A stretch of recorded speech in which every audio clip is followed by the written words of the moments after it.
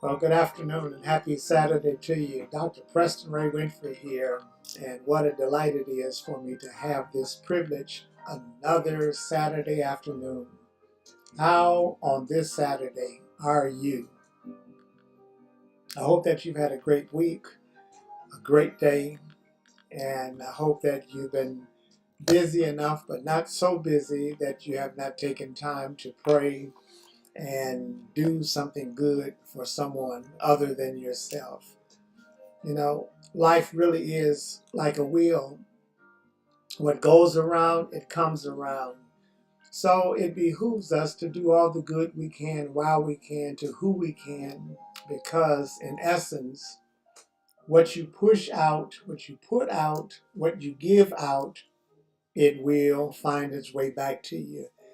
And when it comes back, it will always come back with interest, great interest at that. Okay, how's your health? How's your mind? I got the same story. I have the activity of my limbs. I'm in my right mind. I have a reasonable portion of health and strength. And I am just happy. I'm happy. I'm happy. I'm glad that things are as well with me as they are. Well, today's talk is watch the company you keep. Watch the company you keep. Those of you who grew up in households where there were many proverbs, wise statements, you have heard that in your history. Watch the company you keep. Are you a person who loves company? I'm not necessarily saying have company over. There are those who love to have company over all the time. I can stand it sometimes, but not an overkill of it, because I love my privacy. Those times when I am public, and I'm a very public person, I'm a very outgoing personality, but then there's a bashful side of me that people don't know, and people many times do not believe that there's this bashful side to me, because they say, but you're always laughing, you're always joking, you say things that's funny. And I've been told any number of times that if I ever stop preaching, stop pastoring, say if I decide to open up a comedy club, they're going to get tickets and they're going to be the first one. Something to consider. But no, on a serious note, I love my privacy, but when I'm in with company, then I try to choose my company wisely. So many people appreciate bragging about how many friends and how many people, you know, they have in their circle. And some people, they have a large circle. Some circles are not as large. Um, my circle isn't that large. As outgoing as I am, I love people. I really do. I get along with people, I think, very well. I think that I have a great personality. As a matter of fact, I know that I do. I have a quick wit about me. I can be your best friend, and I don't know about being your worst enemy, because if I have to be that, I'm better off just moving on, going someplace else, which is a practice of mine, and that is watching the company that I keep. You know, uh, every person want to pull people. They say, well, hey, you know, this is my circle of friends. But everyone who know you're not necessarily a friend. Some people just know of you. Some people can be likened unto associates. And in reality, if you have five good friends, I mean, five solid friends, and I'm saying a friend is someone who knows enough about you and still can stand you. That has to be a friend, someone who takes you with all of your quirks. Um, that has to be a good friend. And good friends are really very hard to find, and sometimes they're hard to distinguish because um, friends have to be tested. You just can't say, okay, well, hey, you're my friend and we're friends for life. You know, how many friendships, so-called friendships, have been ruined and broken and totally, utterly demolished because they found out that this person really wasn't a friend. This person came into the circle, but they had ulterior motives. They had a private agenda. And don't you know some people like that? Have you been that way? If you have, shame on you. But you know, there are those people who, many people want to be around you, especially if you are doing something positive with your life. If they surmise that you're going somewhere, if they are convinced that you have something that they either want or need, they will get as close to you as they possibly can. Some people will stay up all night just to get that closeness with you. But I want to tell you, friendships must be tested. They have to be tried. You know, you have to put people to a test to find out, you know, are you really worthy um, to be in my circle? And before you accuse me of being bougie, this friend, we have this ongoing bougie joke that we say of each other. You bougie, now you bougie. But before you settle on, let me tell you so you won't have to guess what my motives are for this. Um, People need to be put to the test. You just can't expose your entire hand because someone decides they want to be your friend. You have to ask yourself, is this person even worthy for me to call friend? You know, we say it so callously. Hey, friend. Oh, that's my friend. Yeah, that's my friend. Oh, yeah, he's my friend. She's my friend. But I'm telling you, there are some people who will only warm up to you because they're after something, something that you have to offer. And you've seen people many times after they have gotten the goods. You know, it's like, you know, why buy this cow if I can get the milk for free? And sometimes people will milk you and milk you and milk you until you're milkless. And then once you're milkless, they're gone. You know, it's like, I didn't want you nowhere. I didn't want to be with you. Some people will come after you because they don't want anyone else to get you. And so, some people will try and monopolize your time. They see you on a mission. They can see you on a mission en route someplace. And they will block that. They'll stop it and they'll talk a lot of nothingness just to keep you right there, just to keep your company, keep others from getting to you. And then after a while, you ask, so what is this about? And they say, oh, nothing. I don't know what I was thinking. Anyway, have a good day. And they're gone. And now you did not accomplish what you sought to accomplish because someone got in between there. There are assumed friendships. You know, many times people make the assumption that we are friends. You know, and there are a lot of people that I speak with and have held a conversation with that we are not friends like that, you know. And just because they call me their friend does not mean that I must reciprocate. I have to watch the company I keep. I have to choose wisely, right? You know, and I'm saying that to you, that you have to choose. You just because they claim you as a friend doesn't mean you must claim them. You again have to evaluate the relationship. You have to evaluate and you have to ask, scrutinize, turn it over. Turn it upside down. Why is this person after me? Why do they want to be around me? Why do they want to be in fellowship with me?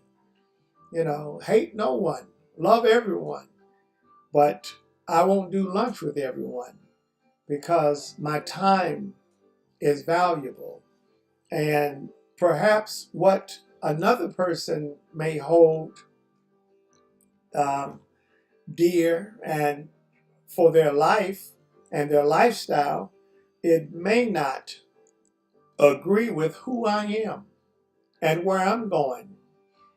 My dad once told me, if where you headed is not where you want to be, don't go. And that has resonated with me over these years. I mean, he told me that decades ago. If where you're going is not where you want to be, don't go. You don't want to be there, then why are you there? And have you not run into people who's at places and involved in things and in relationships that they really didn't want to be in, but they're there and they're miserable? Why go through life miserable? You can do bad by yourself, can't you, if you're honest? And who wants to do bad by themselves? Then there's another kind of friendship, bought friendships. There are some people who don't really develop friendships. They just want to buy you. And so they'll take you out. They'll give you gifts. They'll do things for you because they're trying to buy a friendship. And sometimes when it does not pan out for them, then they are upset. And they'll tell you, well, listen, look at the investments I made in your life. Look at what I gave you. I bought you a home. I bought you a car. I bought you this. I did that. I took you to an expensive restaurant. And you ate good. And I paid for it. Well, God bless you. I did enjoy the meal. But friendships cannot be bought. No, no. Friendships must derive from trustworthiness. And if I can't trust you, we certainly cannot be friends. Some people want to be close to you because they envy you. Everyone who want to be around you don't particularly care for you or don't like you, and we have to understand that, and we have to be all right with that. We need to be able to say, you know what? I'm not running a popularity contest, and yes, there will be people I know and people I do not know who don't care for me, who don't like me, sometimes on general principle. They may not know anything about me, but listen, it's all right. There are days, there are times, there are periods in my own personal life when I don't like me. So I'm not mad at those who say, well, I don't like him because of what he think. Well, the truth is, they don't know what I'm thinking. They don't know what my motives are. They really don't know me. But it's easier for them to make an assumption. So Paul, the other day, he said something to the Corinthians over in that 15th chapter in the 33rd verse of 1 Corinthians. I'm going to read it to you from 4 different translations and tell me what you think. That's 1 Corinthians 15:33. King James says, be not deceived, evil communications corrupt good manners. The New International Version says, do not be misled. Bad company corrupts good character. The Living Bible says this, don't be fooled by those who say such things. If you listen to them, you will start acting like them. And the Revised Standard reads like this, do not be deceived. Bad company ruin good morals. I'm telling you, you have to watch the company you keep. And when we say watch them, we're not saying just put some glasses on them and say, okay, I'm just going to see where they go and what they do. No, it simply means you need to test them. You need to evaluate them. You don't just trust a person because they say, trust me. They have to be worthy of your trust, which means you have to put some kind of test before them without their knowledge that they're being tested. Sometimes you can tell a person something and say, now listen, this is between me and you. And then if that is the only person you told that to, and you hear it again in the streets, then you know that that person cannot be tested, cannot be rather trusted with information. That is not a reliable friendship, you see. So watch the company you keep. And it's straight across the board in business, in school, even in the church, in the neighborhood, and family. You got to watch the company you keep. Now, there are those who want you to buy friendships and buy, these kind of relationships. And you have to be wise because what you do to get someone, you have to do that to maintain it. And so if you have to pay someone for them to be your friend, you got to bribe them to be your friend. You got to turn over and do all kind of flips. Is that really someone you want and need in your circle? And the answer is no, no, no. And so is it worth sometimes people assassinating your character? Oh, absolutely it is. Number one, you can't stop people from saying corrupt things about you, but it's for them to prove and not for you to disprove. You have to learn how to let some things be like water off of a duck's back. It just falls right off and the feathers eventually dry. Sometimes you have the inconvenience of the water, but hey, that's part of life.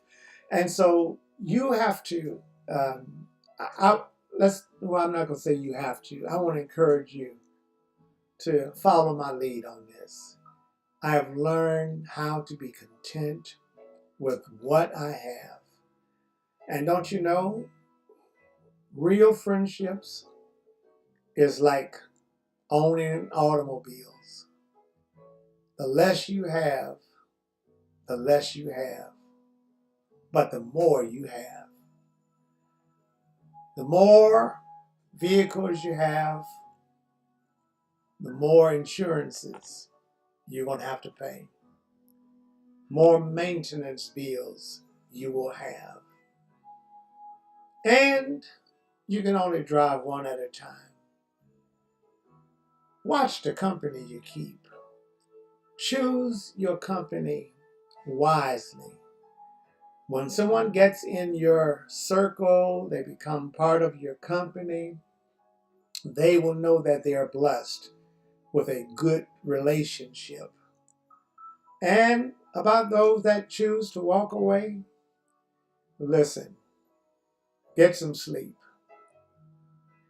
You're better off with those who walk away and say, I don't want to be bothered, than to be sitting around hoping and waiting for somebody to ring your bell. Listen, text yourself. Go send yourself a card. Send some chocolates to your own address and put on there anonymous. If you love you and if you're comfortable with who you are, you're going to be so much better off. Solomon said, this, it's better to be in a corner, in an attic, in a basement, with a piece of toast and have contentment in your heart than to sit up at a banquet table that's filled with people and there's strife and division. You got to learn how to walk light in this world. You have to realize that I have the greatest friend in the world. And that's the one who came through 42 generations, died on the cross, saved me from my sins, rose on the third day for my justification, went back to heaven, preparing a place for me.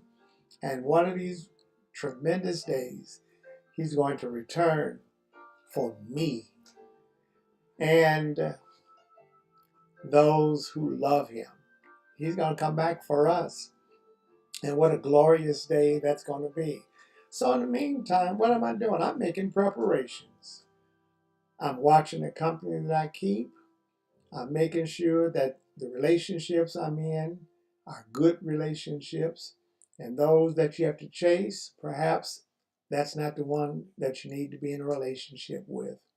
The one that's always angry and bringing you strife, and you're always angry and upset when you leave that relationship. Maybe you need to reevaluate that relationship. You watch the company you keep. And I'm here to tell you, you're going to have more peace in your heart, peace in your mind. You'll be able to lay your head on a pillar of peace. Wake up refreshed in the morning saying, what a wonderful day. Lord, thank you for one more day. Well, I'm done with it, but I want to encourage you. Spend some time with those who value your real friendship. Spend time with those who have something to lose, because if they have nothing to lose and they want to be around you, they can utterly destroy you. They can destroy what you value. They can destroy what you have worked so hard for. So walk light. You choose your friends. Don't let them choose you. And of course, when you choose them, we pray that it will be a mutual friendship. This is Dr. Winfrey saying, I love you. God loves you. And I want you to have a good rest of today. I hope that on tomorrow, you'll have a great day on tomorrow, that you will intentionally get up and spend some time with the Lord. As a matter of fact, if your things are not ready for tomorrow, today is a good day to get those things ready, so that when it's time to go into the house of worship and prayer, you can get there and you're ready for great worship. Praise the Lord before you get there, so that when you get there, the praise will flow so much easier and you can have the joy in your soul. This is Dr. Winfrey saying, I love you. Thank you for spending this afternoon with me. Now may the Lord bless you, and may he keep you. May his face smile upon you, and may he be gracious unto you. May he lift the light of his countenance upon you and give you peace in your private life, and give you peace in the life of your company. Have a good rest of the day.